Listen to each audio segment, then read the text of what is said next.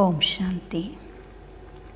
34/24 బాబా చెప్తున్నారు, మధురమైన పిల్లలు, రోజంతట్లో బాబాను ఎంత సమయం స్మృతి చేశాను, నాచే ఎటువంటి పొరపాటు జరగలేదు కదా అని మీ లెక్కాపత్రాలను పరిశీలించుకోండి. ఎందుకంటే మీరందరూ వ్యాపారులు అని చెప్తున్నారు బాబా. ప్రశ్న: ఏ ఒక్క పురుషార్థమును అంతర్ముఖులుగా అయ్యి చేస్తూ ఉన్నట్లయితే అపారమైన సంతోషం కలుగుతుంది? జవాబు: జన్మ జన్మాంతరాలు ఏదైతే చేశామో, ఏవైతే ముందుకు వస్తూ ఉంటాయో వాటన్నిటి నుండి బుద్ధి యోగాన్ని తొలగించి సతోప్రధానులుగా అయ్యేందుకు బాబాను స్మృతి చేసేందుకు ప్రయత్నం చేస్తూ ఉండండి. ఏం చెప్తున్నారు బాబా పురుషార్థం కోసం?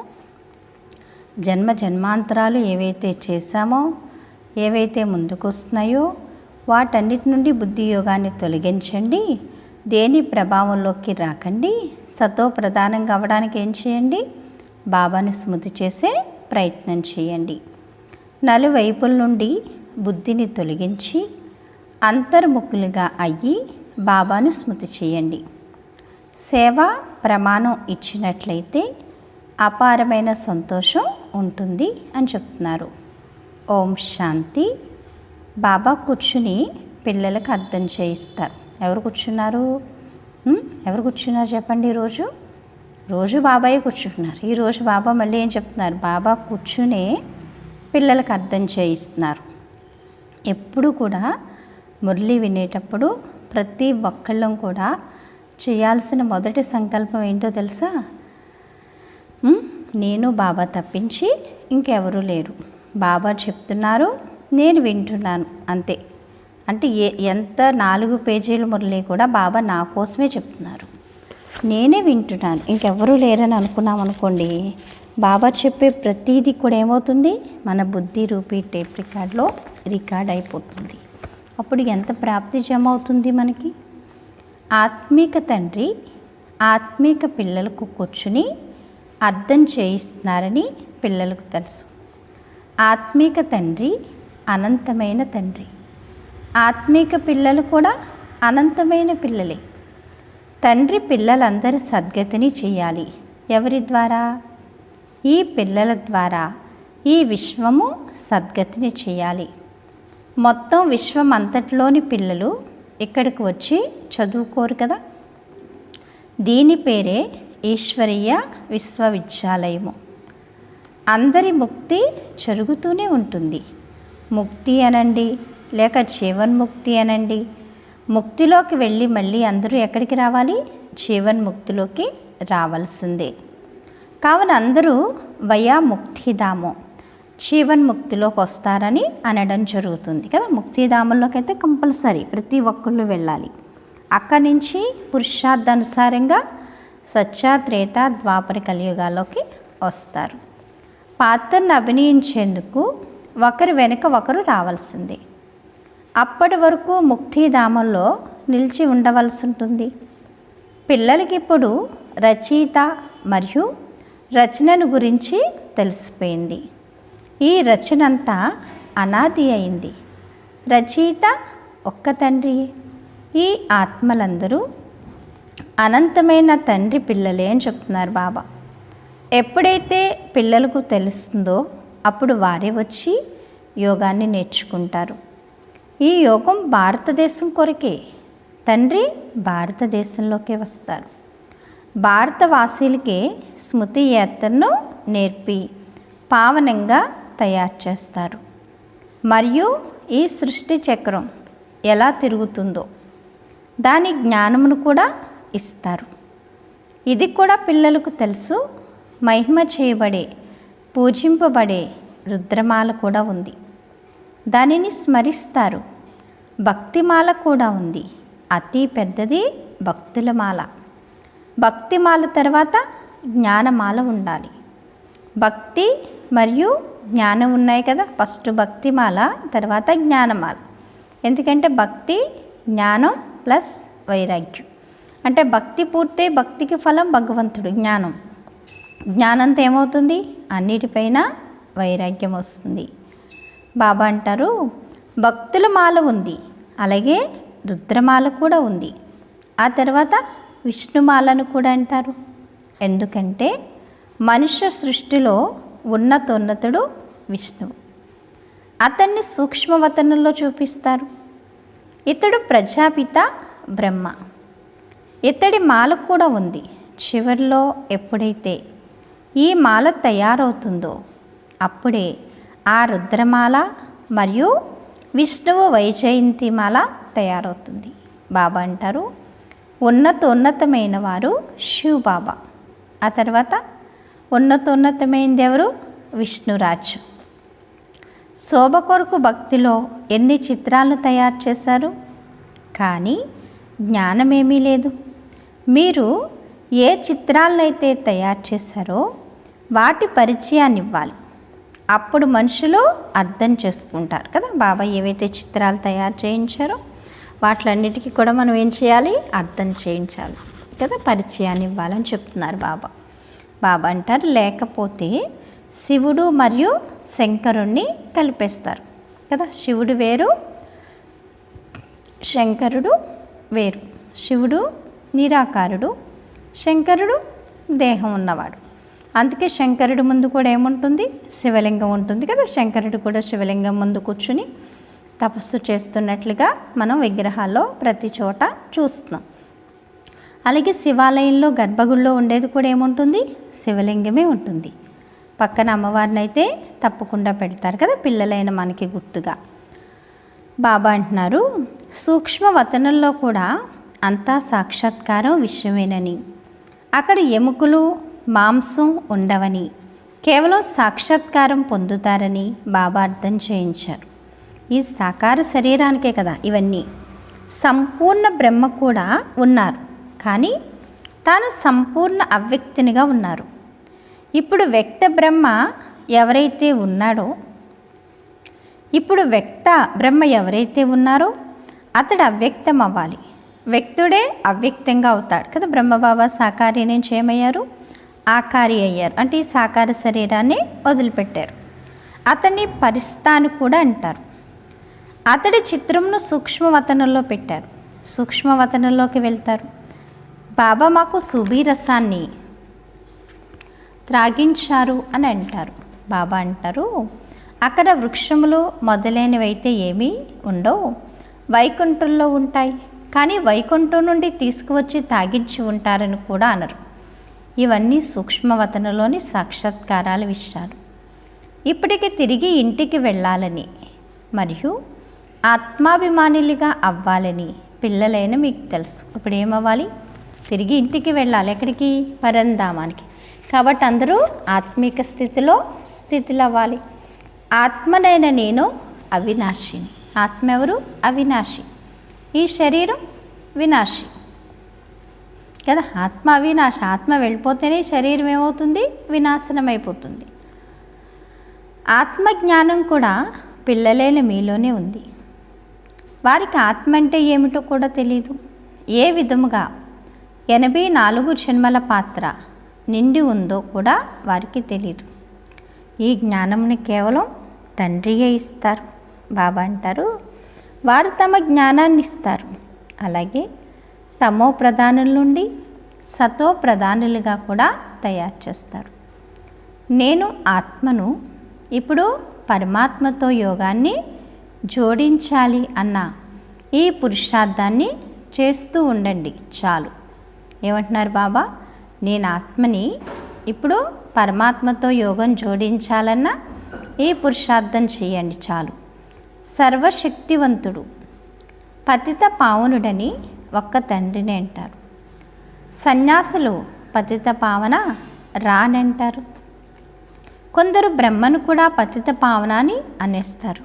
ఇప్పుడు పిల్లలైన మీకు భక్తి ఎంత సమయం నడుస్తుంది, జ్ఞానం ఎంత సమయం నడుస్తుంది అన్న, భక్తి ఎంత సమయం నడుస్తుందన్న భక్తి జ్ఞానం కూడా లభించింది కదా. భక్తి ఎంత సమయం, జ్ఞానం ఎంత సమయం, దేని ప్రాప్తి ఏంటి, ఎలా తయారవ్వాలి, ఏం లభిస్తుంది, ఈ విషయాలన్నీ మీకు ఇప్పుడు అర్థమయ్యాయి కదా అని చెప్తున్నారు బాబా. ఈ విషయాలను బాబయ్య కూర్చుని ఏం చేస్తున్నారు, పిల్లలకి అర్థం చేయిస్తారు. మొదట ఏమీ తెలిసేది కాదు. మనుషులయ్యుండి కూడా తుచ్చబుద్ధి కలవారిగా అయిపోయారు. సత్యుగంలో పూర్తిగా స్వచ్ఛబుద్ధి కలవారిగా ఉండేవారు. వారిలో ఎన్ని దైవీ గుణాలు ఉండేవి. పిల్లలైన మీరు దైవీ గుణాలను కూడా తప్పకుండా ధారణ చేయాలి. వీరు దేవత వంటి వారు అని అంటారు కదా. ఎప్పుడంటారు? ఎప్పుడైతే ఆపదకాలంలో ఆదుకుంటామో, నోటి నుంచి అన్ని మంచి వచనాలు వస్తాయో, ప్రతి ఒక్కరికి సహాయం చేసే విధంగా ఉంటారో వాళ్ళు ఏమంటారు? దేవతల వంటి వారు అని. అందుకని వంటి వారు అంటారు, దేవతలు అని అయితే అన్నారు. అంటే దేవతలు ఉండే లక్షణాలు వీళ్ళల్లో ఉన్నాయని. ఇప్పుడు స్వయం మనం ఏమవ్వాలి? ఆ లక్షణాలు నింపుకొని ఆ విధంగా తయారవ్వాలి. సాధు సన్యాసులు మహాత్ములను మనుషులు విశ్వసించిన వారు దైవీ బుద్ధి కలవారైతే కారు కదా. రజోగుణ బుద్ధి కలవారిగా ఉంటారు. అంటే ద్వాపరయుగంలో వస్తారు. రాజు రాణి ప్రజలు ఉంటారు కదా. రాజధాని ఎప్పుడు మరియు ఎలా స్థాపన అవుతుంది అన్నది ప్రపంచానికైతే తెలియదు. మీరు ఇక్కడ అన్ని కొత్త విషయాలు వింటారు. కావున మాల రహస్యాన్ని కూడా అర్థం చేయించారు. ఉన్నతోన్నతమైన వారు తండ్రియే. ఉన్నతోన్నతమైన వాళ్ళు ఎవరు? శివబాబా. వారి మాల పైన ఉంది రుద్రుడు నిరాకారుడు. ఆ తర్వాత సాకారంలో లక్ష్మీనారాయణులు ఉంటారు కదా. ఫస్ట్ శివబాబా, తర్వాత ఎవరుంటారు? లక్ష్మీనారాయణులు ఉంటారని చెప్తున్నారు బాబా. బాబా చెప్తున్నారు లక్ష్మీనారాయణులు ఉంటారు. వారి మాల కూడా ఉంది. బ్రాహ్మణుల మాల ఇప్పుడు తయారవ్వదు. అన్నీ తయారవుతాయి. ఏం తయారవ్వదు? బ్రాహ్మణ మాల అయితే తయారవ్వదు. ఎందుకు తయారవ్వదు కదా? పిల్లలు ఈరోజు పైన ఉంటారు, రేపు కింద ఉంటారు, అల్లుండు మధ్యలో ఉంటారు, ఇంకో రోజు ఇంకో చోట ఉంటారు. అంతిమంలో బ్రాహ్మణులు లేని మీ మాల కూడా తయారైపోతుంది లాస్ట్కి వచ్చేసరికి. ఈ విషయాల్లో ఎక్కువగా ప్రశ్నోత్తరాలు చేయాల్సిన అవసరం లేదు. స్వయాన్ని ఆత్మగా భావిస్తూ పరంపిత పరమాత్మను స్మృతి చేయండి. ఇదే ముఖ్యమైన విషయం కదా. ఇవన్నీ వదిలేయండి. బాబా చెప్తున్నారు మీరు ఫస్ట్ చేయాల్సిందేంటి? ఆది పాఠం అంతిమ పాఠం ఏంటి? ఆత్మగా భావించాలి, పరమాత్మని స్మృతి చేయాలి. దీని ద్వారానేమవుతాయి? వికర్మల వినాశనం అవుతాయి, ఆత్మ సంపూర్ణంగా తయారైపోతుంది. ఈ పక్కా నిశ్చయం ఉండాలి. పద్ధతులను పావనంగా తయారు చేయడమే ముఖ్యమైన విషయం. మొత్తం ప్రపంచమంతా పద్ధతిగా ఉంది, మళ్ళీ పావనంగా అవ్వాలి. మూలవతనంలో కూడా అందరూ పావనంగా ఉంటారు. అలాగే సుఖధామంలో కూడా అందరూ పావనంగా ఉంటారు. మీరు పావనంగా అయ్యి పావన ప్రపంచంలోకి వెళ్తారు. అనగా ఇప్పుడు పావన ప్రపంచ స్థాపన జరుగుతోంది అని చెప్తున్నారు బాబా. ఇదంతా డ్రామాలో రచింపబడి ఉంది. ఇదంతా ఏంటి? డ్రామాలో రచింపబడి ఉంది. కాబట్టి ప్రతి ఒక్కళ్ళు ఎవరి పాత్రను వాళ్ళు ఏం చేయాలి? తప్పకుండా అభినయించవలసిందే అని చెప్తున్నారు. అభినయించకపోతే కుదురుతుందా? కుదరదు కదా. బాబా అంటారు రోజంతట్లో ఏ తప్పు జరగలేదు కదా అని మీ లెక్కాపత్రాలను చూసుకోండి బాబా అంటారు. వ్యాపారస్తులు తమ ఖాతా పుస్తకాలను సంభాళిస్తారు. ఇది కూడా సంపాదనయే. మీరు ప్రతి ఒక్కరూ వ్యాపారులు. బాబాతో వ్యాపారం చేస్తారు.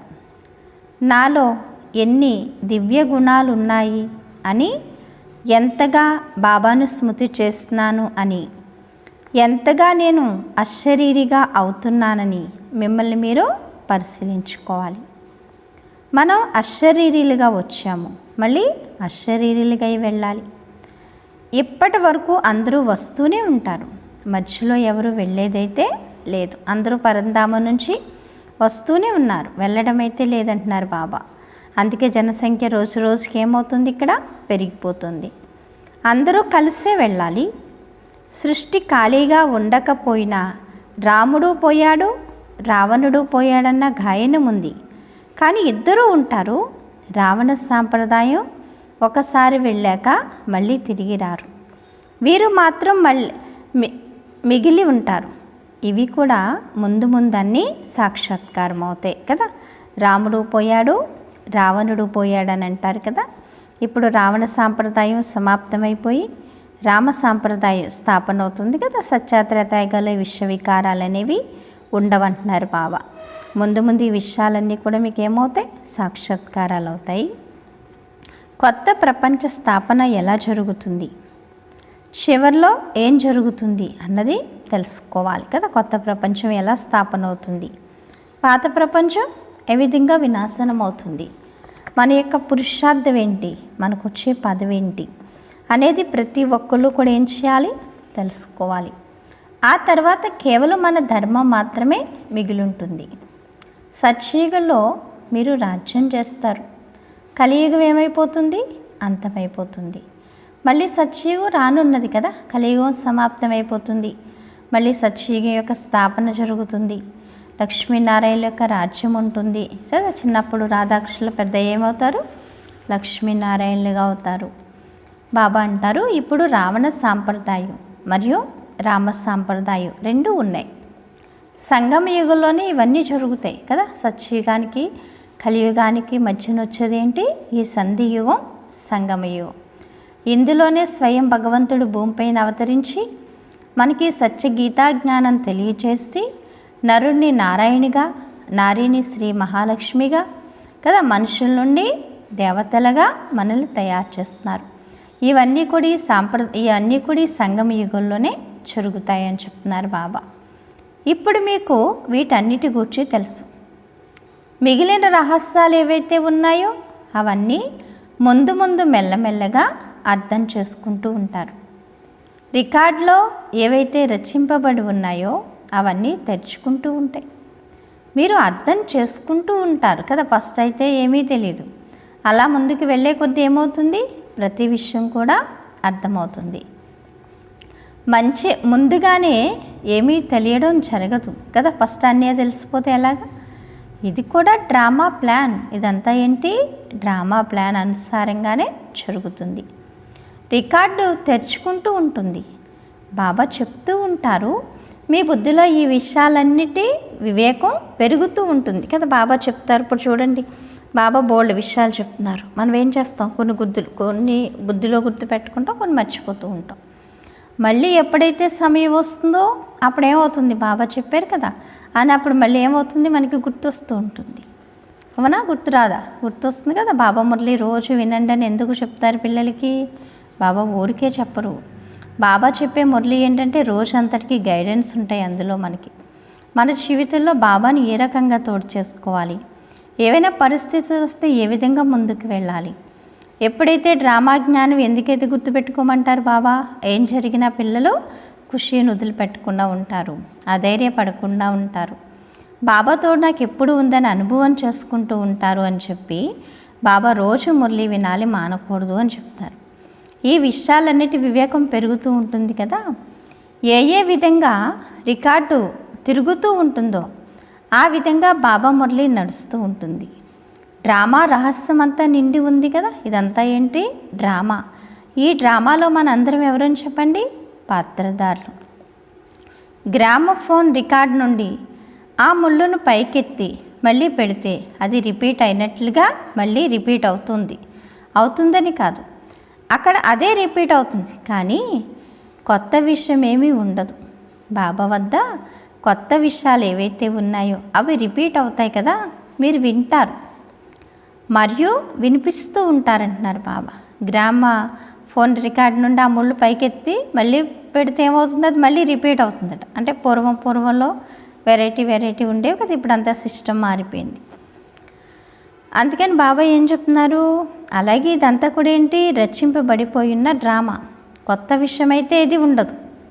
అప్పుడు ఏదైతే జరిగిందో ఇప్పుడు మళ్ళీ అదే జరుగుతుంది. అలా అని చెప్పేసి అదే జరుగుతుంది కదా, అదే అవుతుంది కదా అని చెప్పి మన పురుషార్థం మానేసి కూర్చుంటే మాత్రం పని అవదు. ఎందుకంటే ఈరోజు భోజనం చేయాలి అంటే ఏం చేయాలి? దానికి కావలసిన కృషి అంతా రోజు చేయాలి.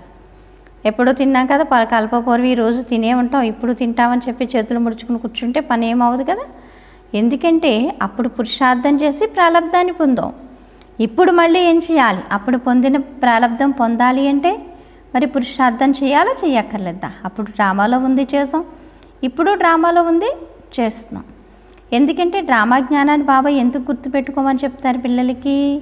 నిశ్చింతగా ఉంటారు, చింతించరు అని. లేదా ప్రతి చిన్న విషయాన్ని పెద్ద భూతార్థంలో చూసి ఏమైపోతుంటారు, ముళ్ళును కూడా శూలంలా చూసుకుని వెళ్ళిపోతూ ఉంటారు. అందుకని పిల్లలు ఇదంతా కల్పపూర్వం జరిగి మీరు అన్నిటిపైన విజయం పొందారు కాబట్టి ఇది భయపడవలసిన విషయం కాదు, ఇప్పుడు కూడా మీరు విజయాన్ని పొందుతారు అని చెప్పడం కోసం బాబా డ్రామా యొక్క విషయాన్ని గుర్తుపెట్టుకోండి అని చెప్తారు. మీరు వింటారు మరియు వినిపిస్తూ ఉంటారు, మిగిలిందంతా గుప్తంగా ఉంది. ఇక్కడ రాజధాని స్థాపన జరుగుతోంది, మొత్తం మాలంతా తయారవుతుంది. వేరుగా మీరు వెళ్ళి రాజ్యంలో జన్మ తీసుకుంటారు. రాజు, రాణి, ప్రజలు అందరూ కావాలి కదా? అక్కర్లేదా? అందరూ కావాలి. ఇదంతా బుద్ధిలో అర్థం చేసుకోవాల్సి ఉంటుంది. బాబా చెప్తున్నారు, ప్రాక్టికల్ ఏదైతే జరుగుతుందో అది చూడడం జరుగుతుంది. ఇక్కడ నుండి ఎవరైతే వెళ్తారో వారు మంచి షావుకారుల ఇళ్లల్లో వెళ్ళి జన్మ తీసుకుంటారు. ఇప్పుడు కూడా అక్కడ మీ సత్కారం ఎంతగానో జరుగుతుంది. ఈ సమయంలో కూడా రత్నజడితమైన వస్తువులు ఎంతోమంది వద్ద ఉంటాయి, కానీ వారిలో అంత శక్తి లేదు, మీలోనే శక్తి ఉంది. మీరు ఎక్కడికి వెళ్తే అక్కడ మీ ప్రత్యక్షతను చేస్తారు, మీరు ఉన్నతంగా తయారవుతారు. కావున మీరు వెళ్ళి అక్కడ దైవీ చరిత్రను చూపిస్తారు. అసురి పిల్లలు జన్మిస్తూనే ఏడుస్తూ ఉంటారు, అస్వచ్ఛతతో కూడా ఉంటారు. మీరు చాలా నియమానుసారంగా పెంచబడతారు. అక్కడ మాలిన్యం మొదలైన వాటి విషయమైతే ఉండదు. ఈ రోజుల్లోని పిల్లలు అశుద్ధంగా అయిపోతారు. సత్యుగంలో అటువంటి విషయమైతే ఉండజాలదు, అది స్వర్గం కదా.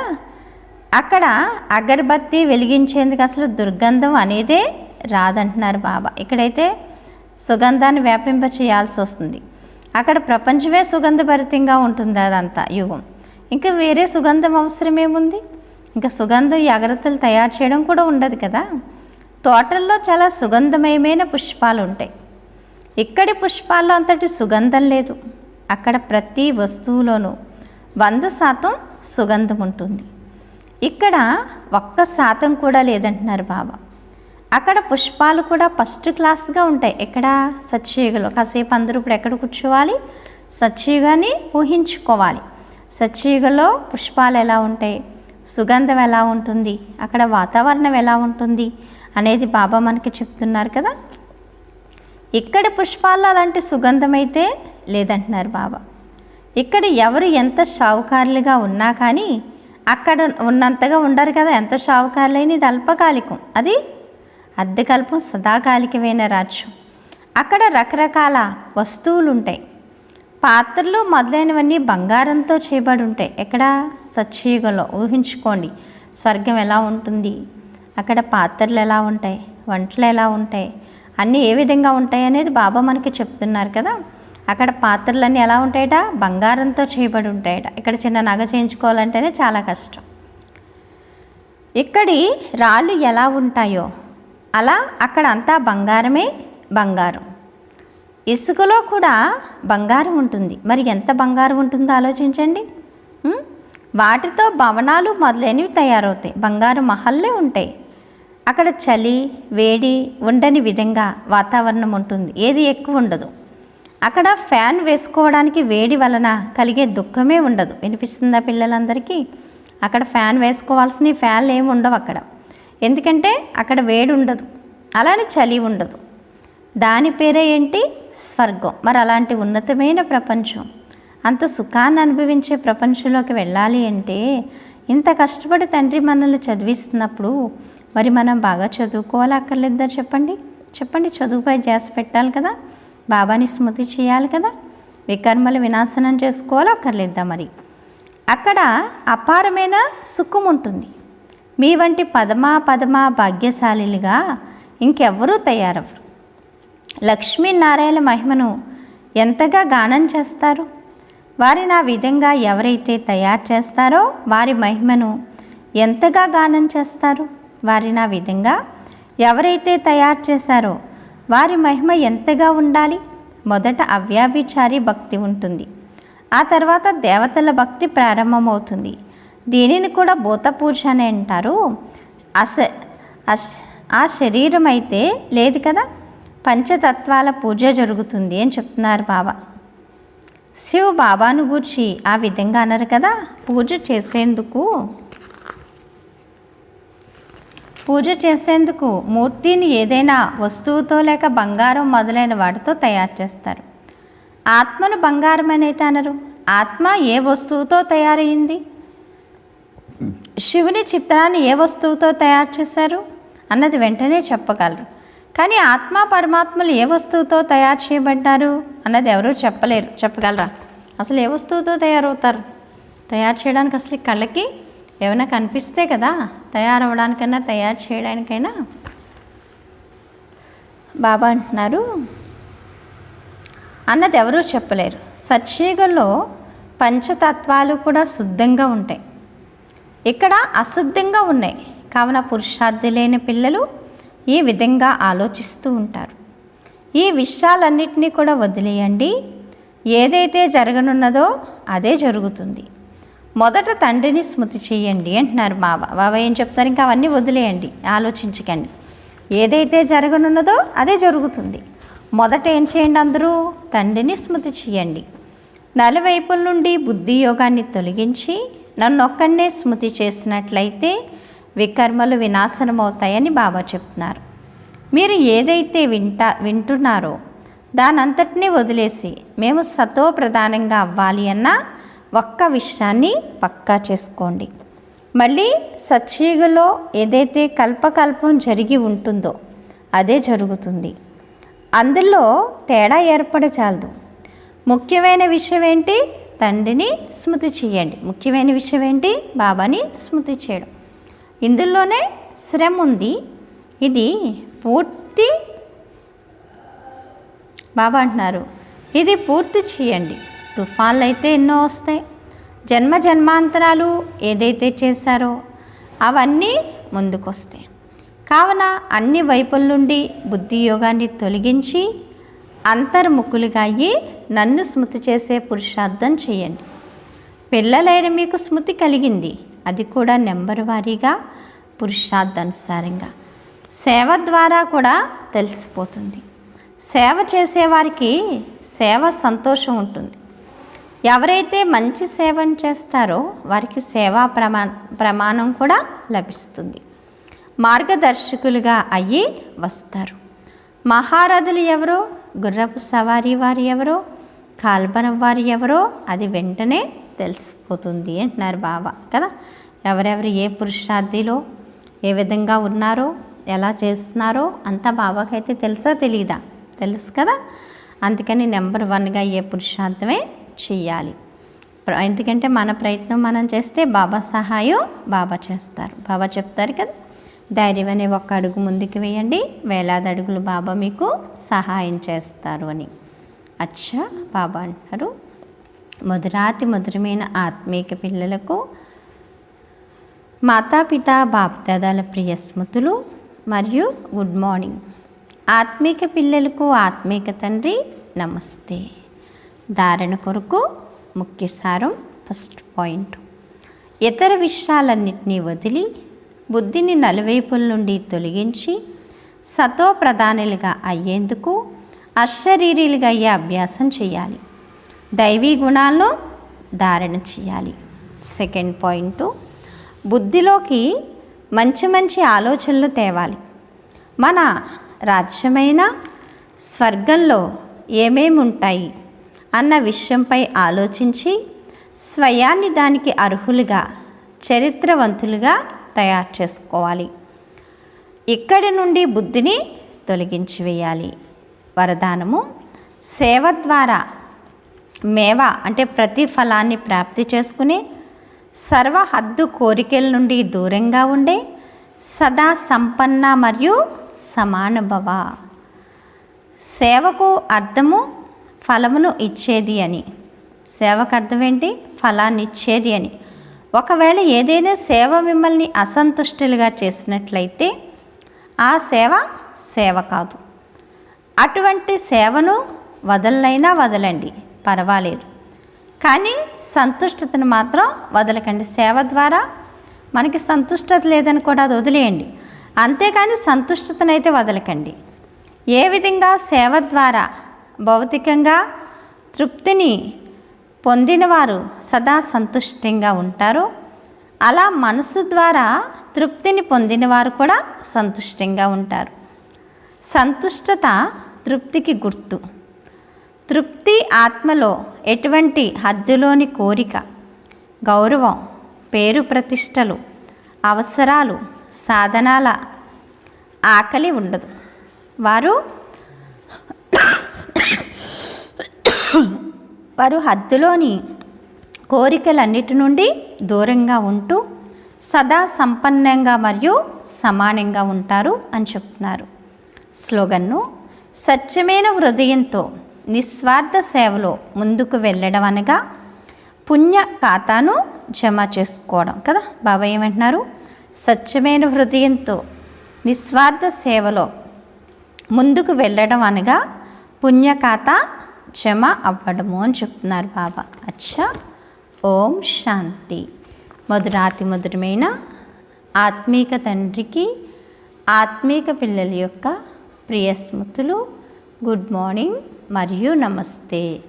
నమస్తే నమస్తే. మధురమైన బాబా,